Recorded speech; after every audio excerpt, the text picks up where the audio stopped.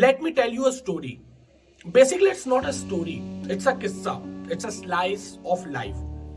एक लड़का था, आपकी सहूलियत के लिए उसका नाम यश रख देते हैं। उसके पिता वक्त के बड़े पाबंद इंसान थे। इवन सुबह सुबह वो दूध लेने भी विदाउट फेल 7 बजे पहुंच जाते थे। जाहिर है वक्त की इतनी इज्जत करते थे तो वक्त का एक मंदिर अपनी कलाई पर लिए चलते थे। वो सिंपल सी पट्टे वाली गोल्ड डायल की HMT घड़ी।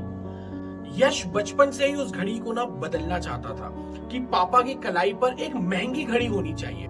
पिता की कमाई बहुत ज्यादा तो नहीं थी, तो यश ने यह सपना अपनी कमाई से पूरा करने का सोचा। पर लाइफ हमेशा सीढ़ी की तरह ऊपर नहीं जाती है। ट्रेन की पटरियों की तरह सब पैरेलल चलता रहता है और सबसे ज्यादा तेज चलता है वक्त। यश जो है वो एक ठीक ठाक एवरेज स्टूडेंट था, जैसे सब होते हैं, और 21 साल की उम्र में कुछ करने की ठानी। मन नहीं लगा, समझ नहीं आया तो कुछ और ट्राई किया और करते करते वो 26 साल की उम्र में एक नौकरी करता है, बड़ी नॉर्मल सी, और महीने के 40,000 कमाने लगा। यश तो खुश था और नौकरी मिले अभी 3 महीने ही गुजरे थे कि पापा का बर्थडे भी आ गया, पापा का 60th बर्थडे, और रिटायरमेंट की उम्र हो चली थी। यश बचपन से चाहता था कि पापा अपनी वो ब्लैक पट्टे वाली घड़ी को उतारकर एक रोलेक्स पहने, और अपनी 3 महीने पुरानी नौकरी से अब पिता को वो सिर्फ एक टाइटन एज गिफ्ट कर पा रहा था। बहुत सस्ती तो वो भी नहीं थी, 15,000 18,000 के आसपास की थी।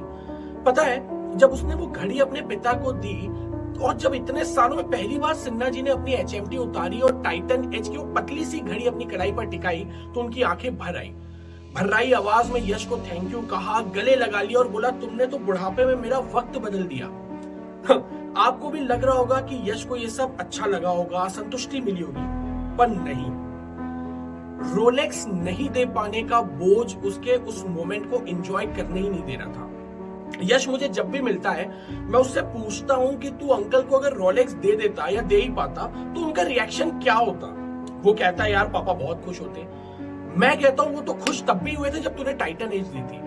पर यश अपने उस ख्वाब के बोझ तले इतना दबा हुआ है कि उस खुशी को छूकर उसके पास से निकल गई, उसके सामने से गुजर गई, पर वो उस खुशी को महसूस ही नहीं आया। दोस्तों, हम सब जिंदगी में जो जिंदगी को कोसते हैं, उतना कभी अपने पॉइंट ऑफ व्यू बदल कर देखें तो ये बर्डन ऑफ ड्रीम्स बहुत कम हो जाएगा। आप कितना भी हाथ पैर मार लीजिए, कर्मणे वादिका रस्ते का सिद्धांत नहीं बदल पाएंगे।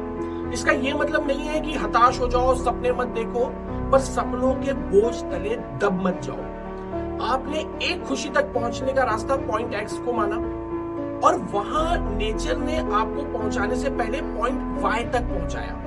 पर ट्रस्ट करिए, आपको जो खुशी पॉइंट X में मिलेगी ना, वही खुशी आपको पॉइंट Y पे भी मिलेगी। ट्रस्ट मी, आप Y भी उतना एंजॉय करिए जितना X कर रहे हैं। This is the process called life.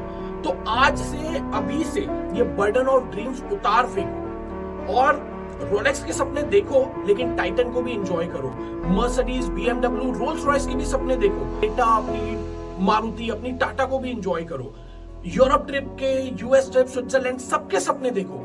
लेकिन जब कभी फैमिली और फ्रेंड्स के साथ गोवा जाओ तो उसको भी एंजॉय करो। अपने बर्डन ऑफ ड्रीम्स में अपने दब कर अपनी रेस्ट ऑफ लाइफ को बेस्ट ऑफ लाइफ बनाने से मत चूको। So I wish you make the rest of your life best of your life.